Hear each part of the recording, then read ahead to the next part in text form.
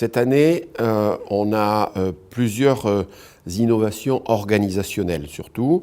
Il y a du côté technique, il y a eu quelques améliorations, quelques nouveautés de pansement, mais c'est surtout sur l'organisation qu'on a travaillé avec deux grands axes, je dirais. Le premier, c'est la société française qui a développé un groupe qui s'appelle le groupe de recherche études PLAY, qui est focalisé sur la valorisation et la reconnaissance médicale des collègues qui sont intéressés à PLAY et cicatrisation. Pour cela, ce groupe de recherche qui intéresse aussi bien l'INSERM, le CNRS, que les spécialités médicales habituelles, la gériatrie, la dermato, la chirurgie plastique, le vasculaire et la chirurgie orthopédique. Tous ces collègues, à un moment donné de leur carrière, disent « mais pourquoi je ne peux pas être reconnu en PLAY cicatrisation ?» Donc là, il y a un gros travail qui s'appelle le développement des formations spécialisées transversales. Un peu comme l'a fait la chirurgie de la main.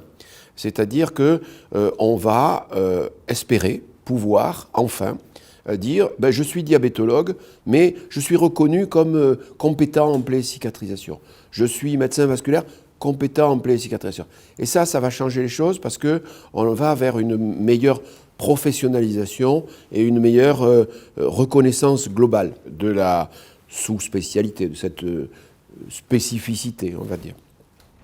Le deuxième amélioration, amélioration organisationnelle, c'est la possibilité pour des grandes régions de bénéficier de ce qui s'appelle l'article 51, c'est-à-dire la possibilité de développer tous ensemble sur une population de 6-7 millions d'habitants, une organisation centralisée, un call center régional.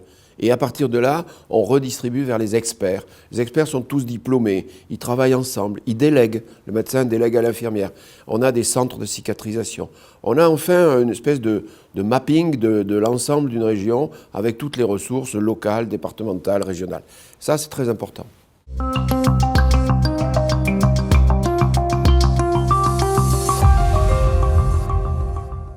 Alors, il faut venir aux journées de cicatrisation parce que les grands messages nationaux y sont donnés.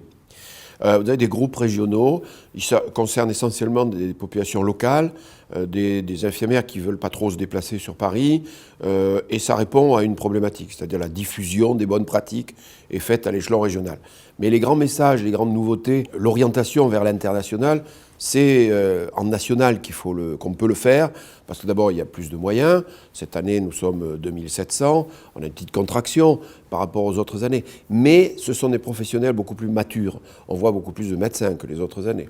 Donc il y a une véritable professionnalisation, je dirais, et les échanges avec l'international sont extrêmement positifs. C'est-à-dire qu'on voit des internationaux qui viennent à Paris pour justement bénéficier de nos inventions, de nos innovations, de nos nouveautés.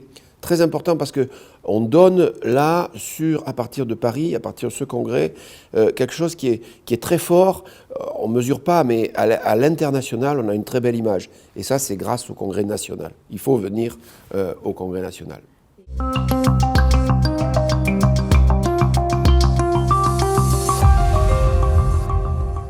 L'année prochaine, on va joindre ces deux mammouths européens et on va arriver à, je l'espère, c'est notre ambition affichée, on le dit clairement, 7000 personnes l'année prochaine à Paris.